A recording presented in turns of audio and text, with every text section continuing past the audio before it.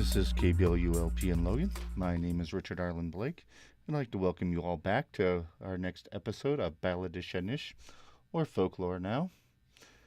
Having come across into the new year of 2019, I had originally planned on talking about different traditions that different people had in celebrating the new year, whether it has to do with setting off fireworks or setting off big bonfires or, having giganto meals. I decided that might be a little strange since it's actually February now and it had taken me this long to get to this podcast. However, I did want to talk a little bit about this, about how historically why we celebrate New Year's at the time that we do. If you think about it, where do we get the idea of celebrating New Year's on January 1st?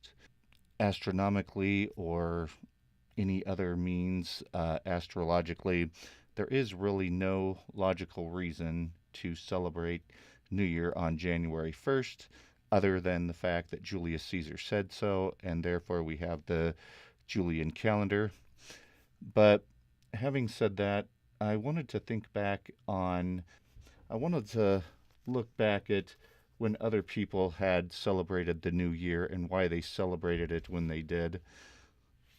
And a good example of, divergence from when we celebrate it as opposed to when they celebrate it is back in ancient Greece, the people there actually celebrated New Year on the winter solstice, the time around the winter solstice, which is around December 21st, 20th, 21st, because to them, the new year was the rebirth of the sun.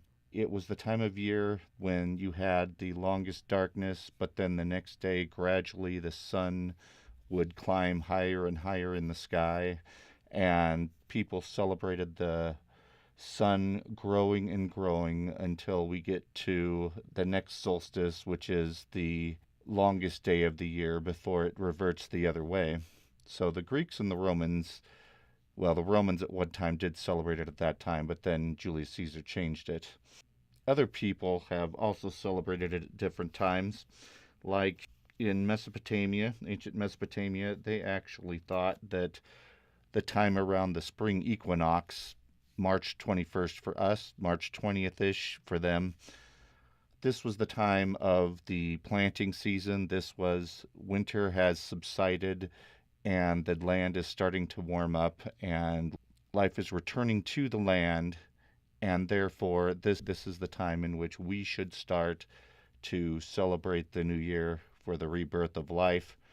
And then, of course, other people, like the ancient Egyptians or Phoenicians, they celebrated it in September, which is around the harvest time, and they felt that that was the best time to start the new year.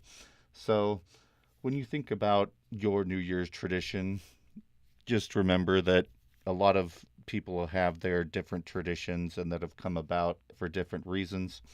And Muslims, they celebrate New Year's at a totally different time, as do the Chinese.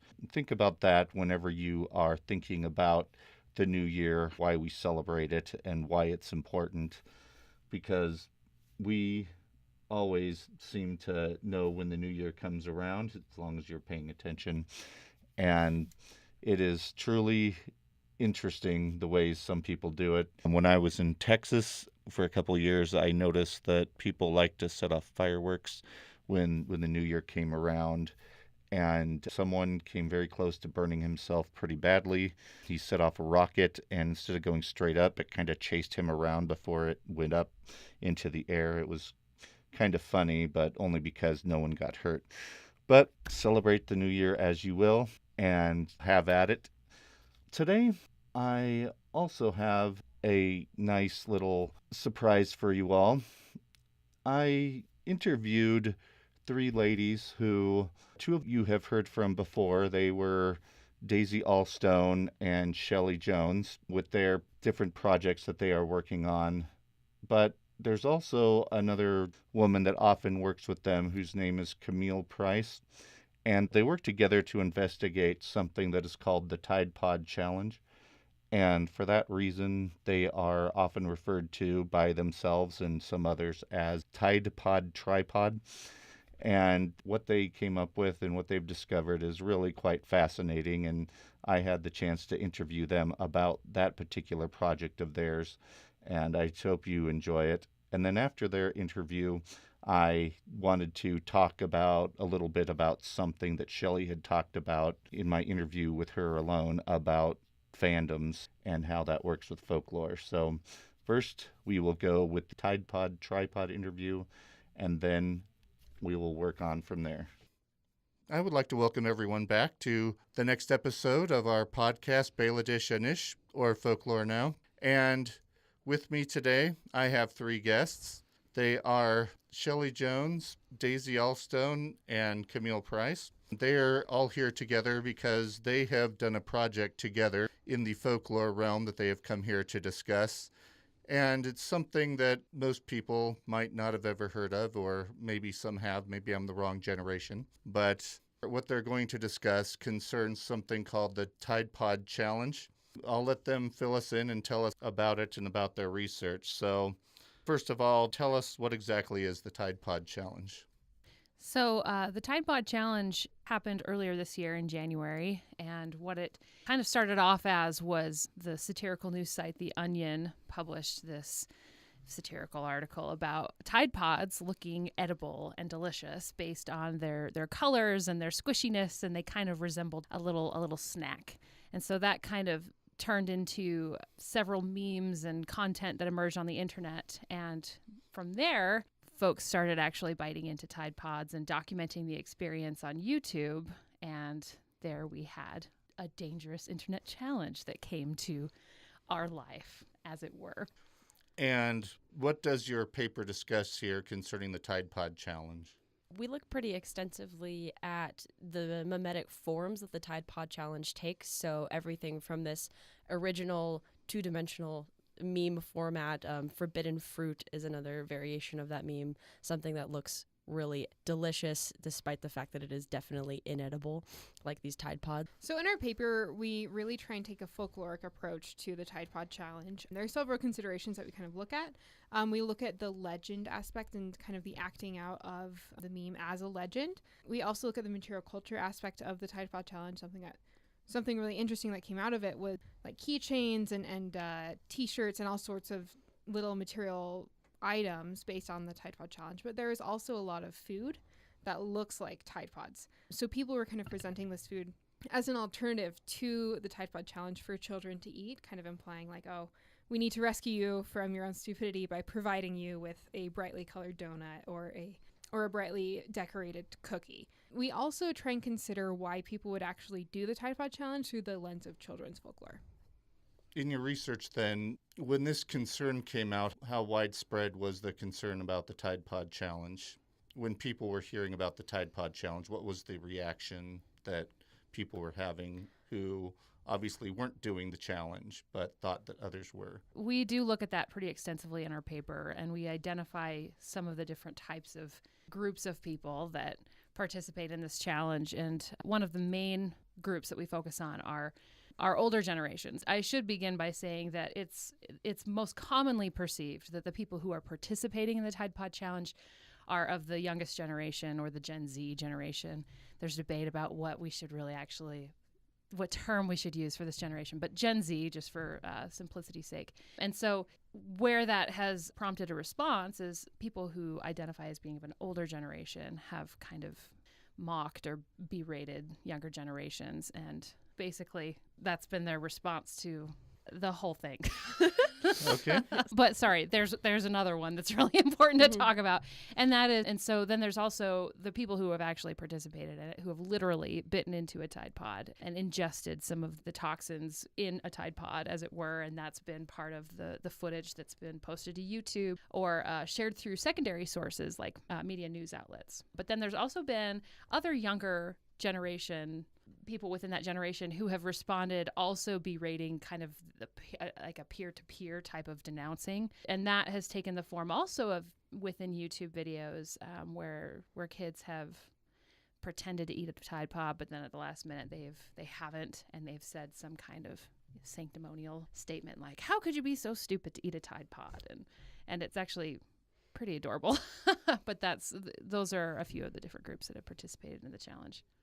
I can add a little bit to that too. So we have all of these groups that have participated in the challenge, but in terms of widespread knowledge or notoriety of the Tide Pod Challenge, I would say the trend peaked probably in January 2018, so just very early on this year. And this was everything from just the Tide Pod Challenge circulating on social media sites and YouTube, just like on the internet in general, but then was picked up by the news media once this became a potential hazard to children. And more people began mocking the Tide Pod Challenge out of genuine concern for the lives of their children and committing these kind of stupid acts by actually eating Tide Pods. So it blew up in major news as well. And how did the news outlets take it then? What did they do when they were confronted with this Tide Pod Challenge? Told people to not eat Tide Pods. It was a very cautionary approach. And there have actually even been laws proposed and are currently in review in New York about changing the colors and the shapes of Tide Pods to make them look less appetizing as a preventative measure for people continuing the Tide Pod Challenge in the future. Although we haven't heard much of an update on the process of those laws yet. But that was something that actually was enacted as part of this news response. So the media accepted it as a serious potential problem? Yes. How widespread did the media tend to think it was? I think that it was kind of an overreaction. I think that they portrayed it as a much bigger problem than it actually was. There were only 130 or so documented cases of hospitalizations due to the Tide Pod Challenge, which in the scope of all of America's youth is a fairly small number. But there was definitely kind of an aspect of a rumor panic to this with the news sites and with the kind of parental response. And like Daisy was saying, with kind of the legal response as well. So I think it was an overreaction, and they did kind of portray it as a larger issue than it actually was. You said that people were doing videos mocking the challenge, but originally were there actually videos of people doing the Tide Pod Challenge as well? Yeah. Or social media examples? Yeah, absolutely. No, the whole challenge itself was broadcast primarily through YouTube and Facebook as well. And it's interesting because something else that we look at in the paper are these institutional responses, and we've talked about, news media being among that. But another, large institutional response was from YouTube itself. Currently today, if you were going to go on YouTube to try and find Tide Pod Challenge video footage, you wouldn't find any. It's all been taken down. So, which, presents a challenge as a researcher, right? You want original primary sources, but in this case, we had to go through the secondary sharing of those sources, which was through the media outlets. So anything that's on YouTube today are primarily younger generations, or what we've called them peer-to-peer denouncers, and these are the videos where it's kind of a fake out where they go and pretend to start to eat a Tide Pod, but then at the last minute they don't. And they have this kind of message at the end of, if you eat Tide Pods, you're an idiot. So don't eat Tide Pods. Along with all of the kind of the fake out videos, there's also a huge mimetic response. A lot of people kind of latching onto this idea of forbidden fruit, like Daisy mentioned earlier, and really just making tons and tons and tons of jokes about Tide Pods. If you go look up Tide Pods or Tide Pod Challenge or anything like that, you'll find a plethora of memes to look at. And it was interesting because in the kind of heyday of the Tide Pod Challenge, then Twitter, like YouTube, was also blocking people who mentioned the Tide Pod Challenge. So even people who were making jokes about it got their tweets reported or deleted. So it's kind of interesting that the institutions, in an effort to kind of quell talk of the Tide Pod Challenge, also quelled criticisms of the Tide Pod Challenge or jokes about it as well. So they were pretty much cutting off the Tide Pod Challenge no matter what it said? Exactly, yeah. You said it peaked at about the beginning of this year. When did it start? Well, the Onion article that I mentioned was actually published in 2015, which is kind of crazy to think that it would catch on it was a delayed response, I think, with the mimetic response, at least, was delayed. The Tidepod memes, we actually started tracking those as part of the Digital Folklore Project research team, which is also housed within the Department of Folklore at Utah State University. And we started, Shelley, Daisy, and I were all sitting in a material culture class together, and we were laughing over the Tidepod memes. And this had peaked around January, and it kind of, at least our project, kind of came together just in informal chit chat before our class. That's the history of the project. Okay. You said it peaked at the beginning of this year, so do you still see examples today of people carrying this on? Yes, definitely. In fact, just this month, there was a post that I saw on the social media site Tumblr where somebody said, "Can you believe the whole Tide Pod thing happened this year?" And everyone went, "What?" So much has happened this year, is sort of a recognition that this year was really big in terms of trending memes on social media, but that it all came back again to the Tide Pod debacle.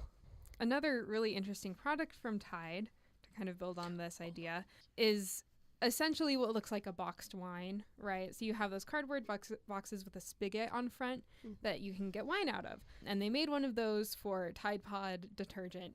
And everyone is like, did you not learn? Did you not learn anything? So people are calling this new product Forbidden Wine, making more Tide Pod Challenge jokes about it. And I think that's an interesting reaction from Tide, because they had denounced the Tide Pod Challenge at the time, but I think without laws like the ones that are being proposed in New York, they're going to still make food like detergent because it sells, because people are attracted to that.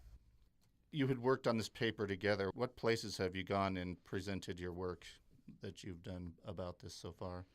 So the original conference paper that we put together, we took to the Western States Folklore Society annual meeting, which this year was held in Los Angeles, California. And then we've also had quite a bit of conversation about our paper with the International Society for Contemporary Legend Research.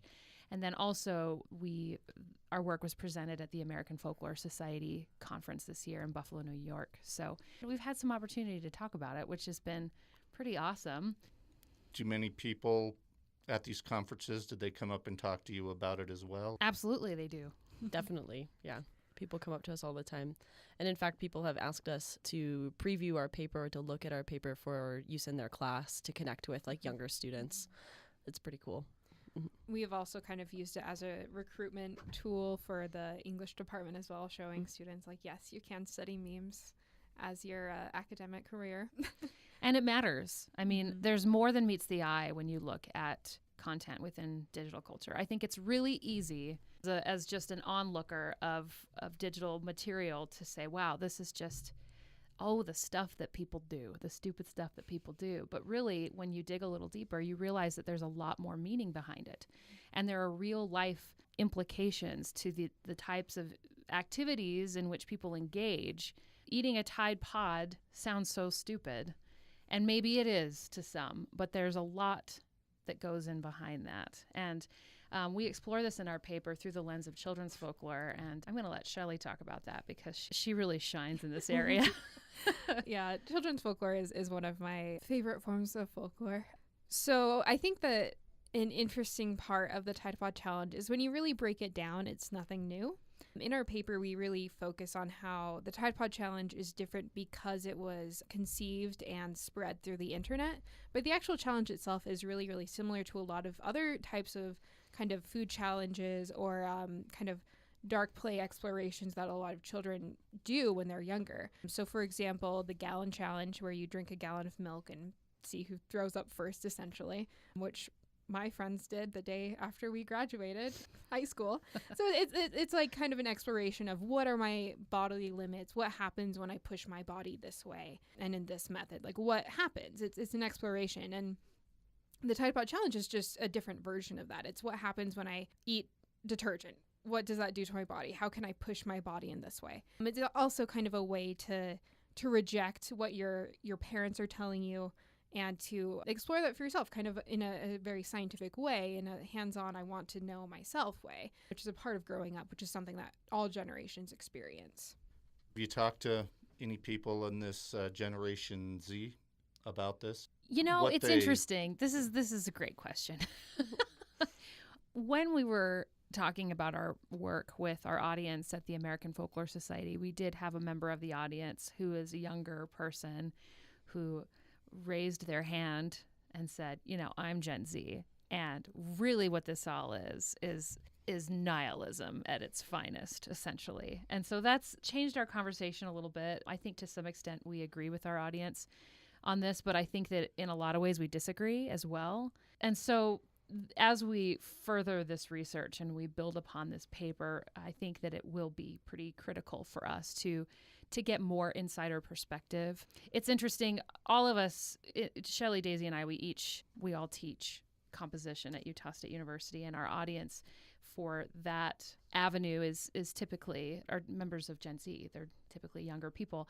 And I I had this experience one day where I was tying a contemporary example to the War of the Worlds hysteria in the early 1930s. And I was trying to tie a contemporary example to how a few isolated incidents can, when caught by the media's attention and spread through the media, can cause a mass hysteria, when really the problem isn't necessarily as big as maybe we might think. Well, the Tidepod Challenge is an excellent example of this. In the case of the Tidepod Challenge, there were maybe 130 to 150 reported incidents, and yet here we have this nationwide dialogue about Gen Z and how they're just doomed. And so there's this broad sweeping generalization over a few isolated incidents. Well, anyway, as I brought up the Tidepod Challenge with my primarily Gen Z audience in my English 1010 class, they just hummed and hawed like, ugh, I hate the Tidepod Challenge. I mean, they were really irritated by it. And so I think it would be interesting as we continue to work on this project to get more of those responses, to see really what they think about the Tidepod Challenge. And hopefully we'll get some of that. So, yeah. So to build on what Camille said, another big part of our paper is looking at Gen Z and arguing that they shouldn't be defined by the Tidepod Challenge. So for example, with Parkland shooting activists, they've been going around and really making a huge impact with the March for Our Lives rally and kind of traveling across the country to argue for gun control. And you see a huge pushback from people saying, we can't trust these Gen Z kids because they just do the Tidepod Challenge, or why should we listen to these people? Why should we guarantee healthcare? They're just going to ruin it anyway, like willfully eating Tide Pods. And so we've been really trying to kind of look beyond that and see what else they've been doing and what responses they have themselves to the Tidepod Challenge with our peer-to-peer denouncers, to see kind of who they are as a generation beyond the labels that older generations give them. So this works a lot like many online memes where someone says something and then someone catches onto it and it spreads around. I'm not sure. I guess I'm not sure what you mean, because there are a vast number of memes that never catch on like the Tidepod Challenge did.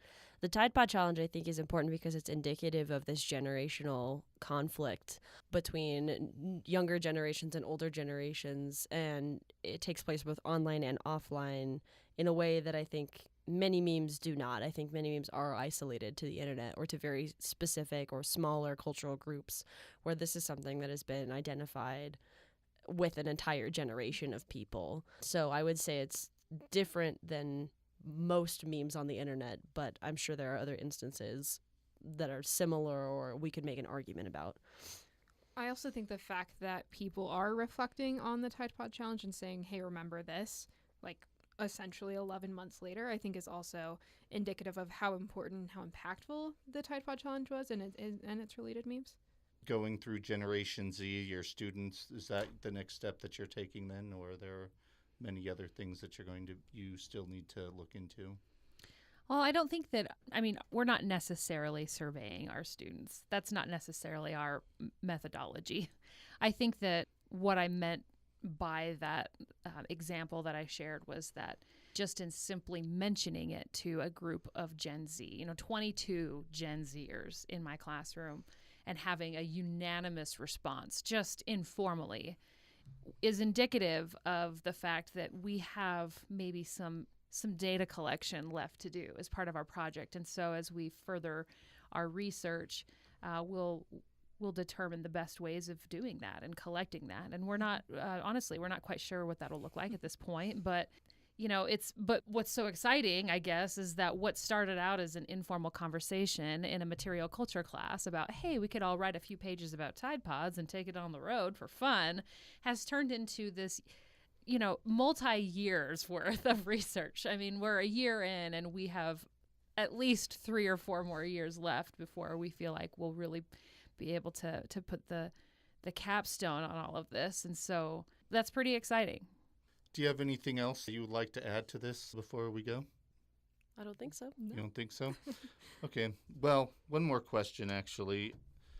Was this basically generational? This wasn't like emphasized in a region as one region as opposed to another? No, I would say it was more across generation in the United States primarily, rather than isolated to a region of the United States in particular. I think it was more of a national identity. Right. And going back to the whole tie-in with the March for Our Lives movement, I would say that the March for Our Lives movement is, in large part, helped really catapult the Tide Pod Challenge conversation into the nationwide dialogue. So the fact that they happened at the same time and they played off of one another is really what gave this whole challenge its legs to stand on. And as far as we can tell, like Daisy mentioned, it's a pretty U.S. centric study that we're looking at. So yeah, You haven't come across too many examples outside of the United States, then? I don't think we've I'd seen say- any. I'd say almost none. Yeah, Sometimes it's a little hard to tell just with the nature of the internet, Mhm. but as far as we can tell, it's primarily English speaking, probably American. Especially since social media sites are taking everything down. yeah. No, that's a good point. Actually, that's probably part of it. Mm-hmm. Well, I would like to thank you all then for coming in today to talk with me about the Tide Pod Challenge, and good luck with your research, and we'll definitely be looking forward to seeing what your findings are. And thanks for coming in. Great. Thanks for having Thank us. you. We, of course, thank the Tide Pod Tripod to come in here to be interviewed with their interesting folklore research. And I hope you all enjoyed that as much as I did. There are, of course, many other aspects to that particular project, but we couldn't possibly cover everything in one interview. Now I want to jump into what I told you about with the idea of fandoms. Fandoms are where a lot of people go to share common interests. Sometimes they go in and they create their own version of things. They create their ideas of how they think things should go, or they share what they like best. And then, of course, there's always those who go in and criticize what other people do with those particular fandom pieces.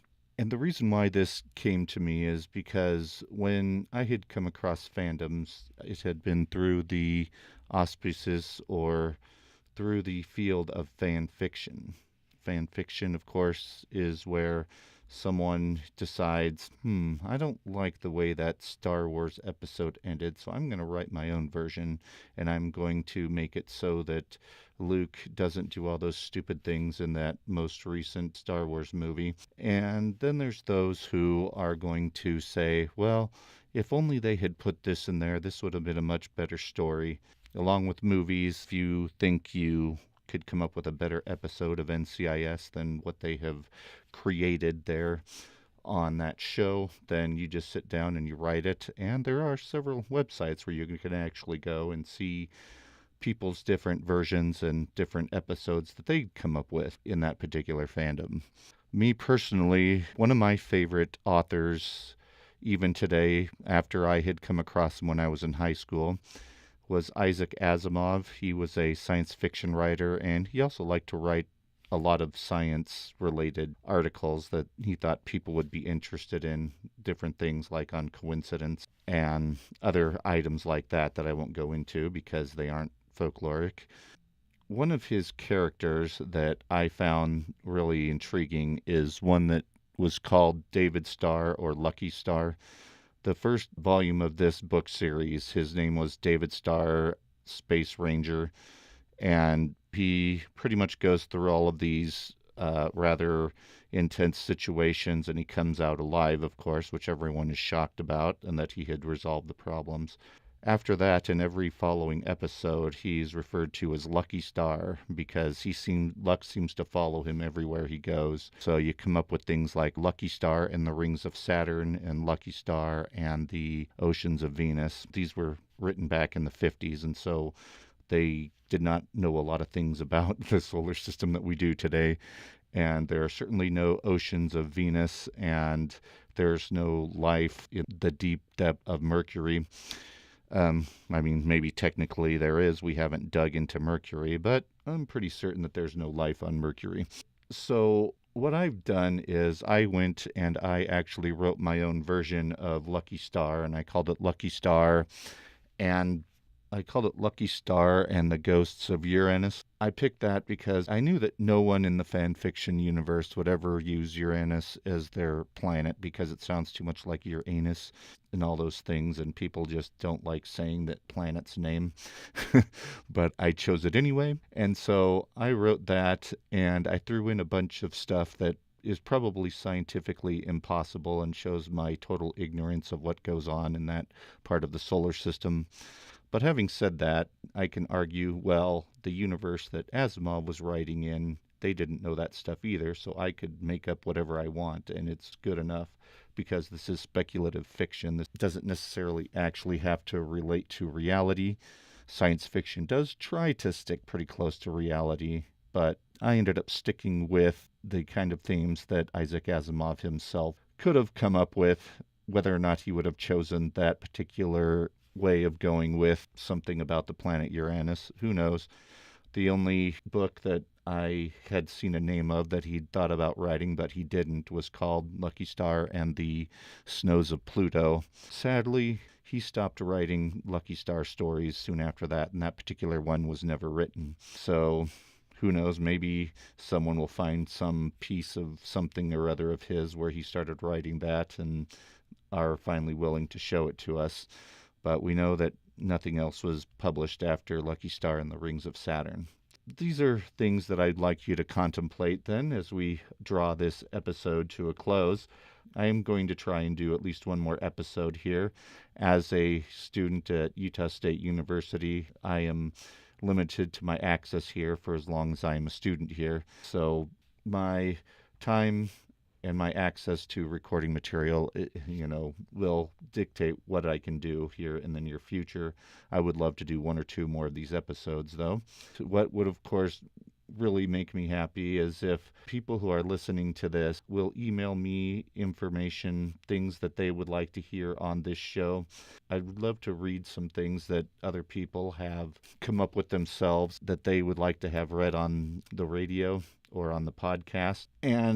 And if you have recordings as well, of course, that would be great, because as long as you can get them to me in MP3 form, I can throw those into any broadcast of mine, especially if I am going to try and do more interviews to get them onto this show, because the interviews a lot of times are what makes this a good show. Let me know if there's anything else you'd like me to talk about that you think would be really interesting to hear, and to thank you all for tuning in. We hope to have you all here next time in the next episode of Balladish for Folklore Now.